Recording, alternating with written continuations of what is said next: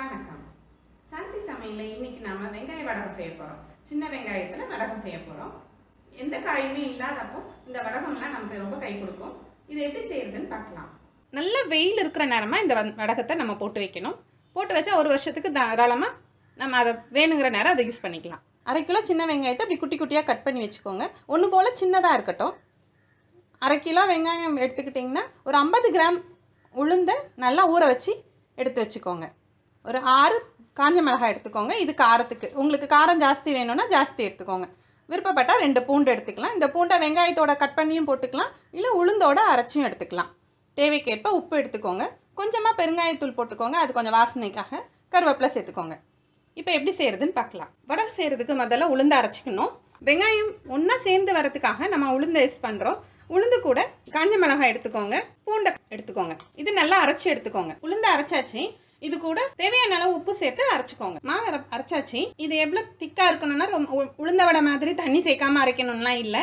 தோசை மாவு மாதிரி இருக்கணுங்கிற இதில் வெங்காயம் இந்த மாவோட சேர்ந்து ஒட்டிக்கணும், அவ்வளோதான். வத்தல் விதைகள்லாம் இல்லாமல் மைய அரைச்சிக்கோங்க. வெங்காயத்து கூட கொஞ்சம் தேவையான அளவு பெருங்காயத்தூள் ஆட் பண்ணிக்கோங்க.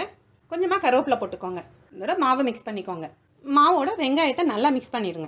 உளுந்து அரைக்கும் போது தண்ணி சேர்க்கறதுக்கு பதிலாக அதோட 2 சின்ன வெங்காயத்தை சேர்த்து போட்டு அரைச்சிங்கன்னா இந்த வெங்காய வடகம் சூப்பராக இருக்கும்.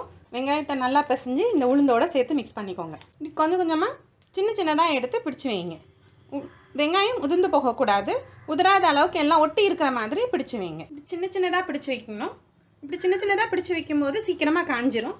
பொரிக்கும் போது கொஞ்சம் ஹார்டாகவும் இருக்காது, ரொம்ப கிறிஸ்பியாக இருக்கும். இது தயிர் சாதம், பருப்பு சாதம் கூட ரொம்ப நல்லாயிருக்கும். வெங்காய வடகம் போட்டு குழம்பு வைக்கும் போதும் இது ரொம்ப டேஸ்ட்டாக இருக்கும். வெங்காயம் உதிர்ந்துருந்ததுன்னு சொன்னாலும் அதை பொரித்து நம்ம குழம்பு தாளிக்கும் போது ஆட் பண்ணிக்கலாம். இது ரொம்ப டேஸ்டான ஒரு வடகம். இது வீட்டிலேயே செஞ்சு பார்த்துட்டு எனக்கு சொல்லுங்கள். இது காஞ்சதுக்கப்புறம் பொரிச்சு காட்டுறேன் எப்படி இருக்குன்னு. இது நீர் வெயிலில், நல்ல வெயிலில் காய வச்சா இது ரெண்டும் நல்லா காஞ்சிரும்.